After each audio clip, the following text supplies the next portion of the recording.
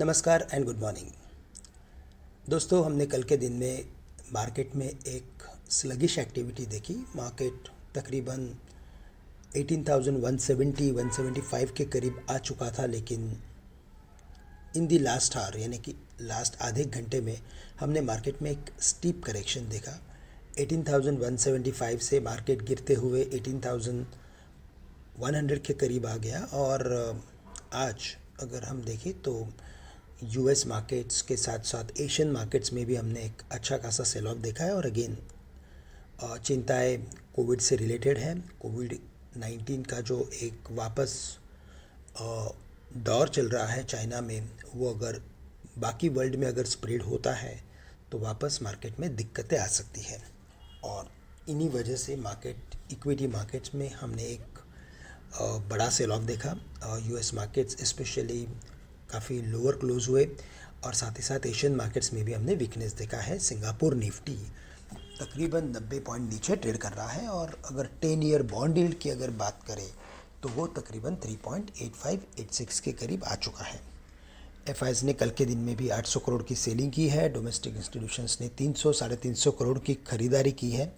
लेकिन अगर overall momentum को देखें तो मार्केट एक रेंज के अंदर आ चुका है। चूँकि आज मंथली एक्सपायरी है तो हमें जो क्रूशल लेवल्स होते हैं बेस्ड ऑन ऑप्शन स्टैटिस्टिक्स, हमें उनके ऊपर फोकस करना होता है। 18,100, 18,000 ये इम्पॉर्टेंट लेवल्स है और 18,200, 18,150 ये इम्पॉर्टेंट रेजिस्टेंस लेवल्स हैं। अगर हम मार्केट में अगर बिकवाली देखते हैं और अगर मार्केट वेरी क्विकली अगर 18,000 के लेवल्स को अगर तोड़ देता है तो फिर हमें लगता है कि मार्केट में गिरावट और भी बढ़ेगी। 18,000 के करीब huge amount of put writing खड़ी है, तो मार्केट शायद मंथली एक्सपायरी के दिन इन लेवल्स को रिस्पेक्ट कर सकता है। लेकिन अगर 18,000 के लेवल्स को अगर मार्केट ने आसानी से अगर तोड़ दिया तो फिर हमें लगता है कि मार्केट में दिक्कतें और भी बढ़ेगी। अगर हायर साइड पे देखें तो 18,100 के बाद अगर कोई इंपॉर्टेंट लेवल है तो वो 18,150 से लेकर 200 का है। अगर मार्केट किसी वजह से अगर 18,100 लेवल्स के ऊपर अगर आ जाता है तो फिर हमें लगता है कि हमारा मार्केट एक बार 18,200 के लेवल्स तक जा सकता है। अगर ब्रॉडर मार्केट को देखें तो मार्केट ने एक बड़े सेल ऑफ के बाद यानी कि 18,900 के बाद लगातार गिरते गिरते 17,800 के लेवल्स को छुआ और इन लेवल्स को छूने के बाद इसमें एक बड़ा ट्रेडिंग विंडो बनते जा रहा है। मार्केट ने 18,200 से लेकर 17,770 के बीच एक बड़ा पुल बैक विंडो बनाया है और इस पुल बैक विंडो के अंदर मार्केट ट्रेड करते हुए नज़र आएगा।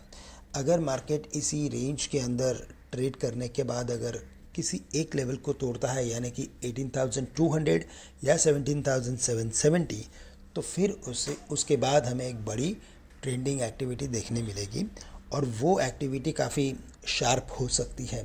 तो 18,200 आने वाले कुछ दिनों के लिए काफ़ी इम्पॉर्टेंट लेवल है और 17,770 ये इम्पॉर्टेंट सपोर्ट एरिया बनेगा।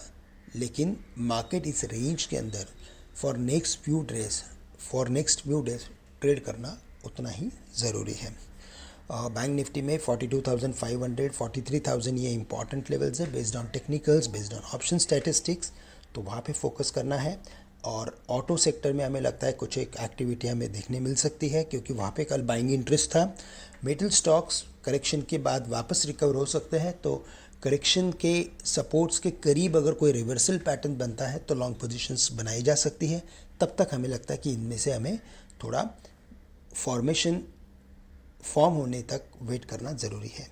तो दोस्तों, इसी के साथ मैं आप सभी से आज के लिए विदा लेता हूँ। आप सभी के लिए आज का दिन मंगलमय रहे। धन्यवाद।